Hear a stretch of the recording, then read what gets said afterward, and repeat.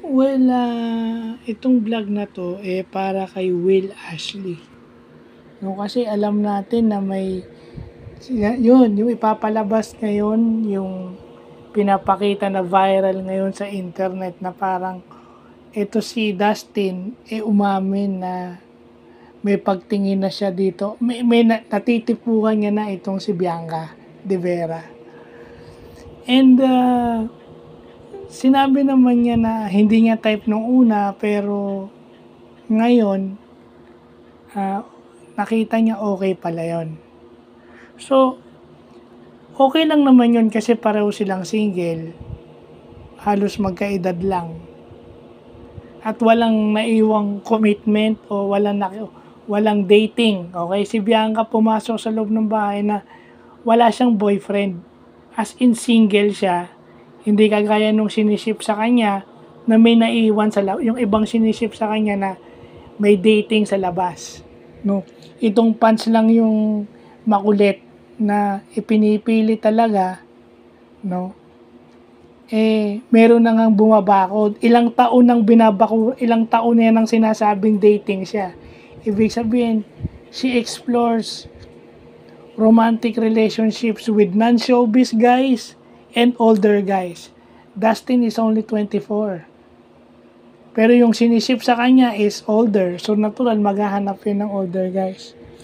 Pero naawa ako rito kay Will. Kasi hindi niya ma-open yung emotions niya. Nung nalaman niya na Dustin likes Bianca, parang bumalik yung pagiging introvert niya. Parang nagkakaroon na siya ng nag-open up na siya, pero parang wala lang, awkward na siya ulit. No? I think Bianca notices na parang may awkwardness, ganyan. And then, hindi naman daw sila taping friends, sinabi na ni Bianca. Well, para sa akin kasi ganun din ako. Pagdating sa relationships, I am a completely introvert. Kaya nga tinigilan ko na yan Nakaka-relate ako dito kay Will. Well, hindi siya hindi siya yung tipo ng tao na Hindi siya yung tipo ng tao na mag-engage. Kasi nga introvert siya. Tsaka nandun yung fear na baka siya ma-reject if ever. Kaya nga siguro nung nagka-girlfriend siya, yung Colleen Trinidad, hindi nagtagal. Because introvert nga siya. It would take a special girl with a extrovert attitude na maintindihan yung attitude ni Will.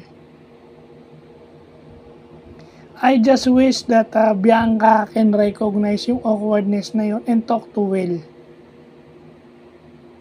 So sana si Bianca, while inside the PBB house, talk to Will about that.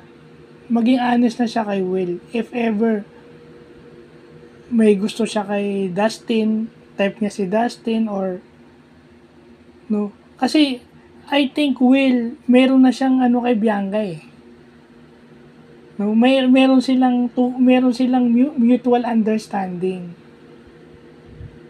Kaso lang, I think it's up for Bianca to tell Will kung ano yung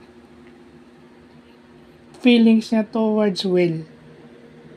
Para matapos na, and if ever gusto niya na si Dustin, then that's the time she should admit it. No? Kasi pumuporma na si Dustin nandun And even si Brent sinabi, uy, girlfriend mo, hindi naguhugas, baka manominate. The mere fact na sinabi ni Brent yun, Brent manalo yun while inside the house, means something.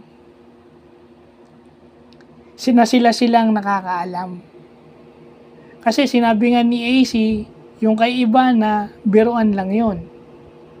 It's just that si Ivana sumasakay lang. Yun ang view ni AC doon. Kasi walang deep, sumasakay lang si Ivana. Kaya yung mga sinasabi niyong nagsiselo siya kay AC, yun yung malabo.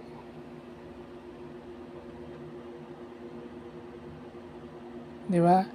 Na ano na nga to si Dustin na maraming crush eh. First week, Ivana. Second week, Kira. Third week, Bianca.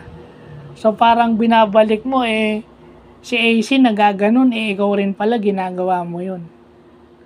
Well, in a way, yes. Kasi pag may crush ka, crush yun eh, dapat consistent ka. Kasi yung view ng tao sa crush is very close to na gusto mo yung babae.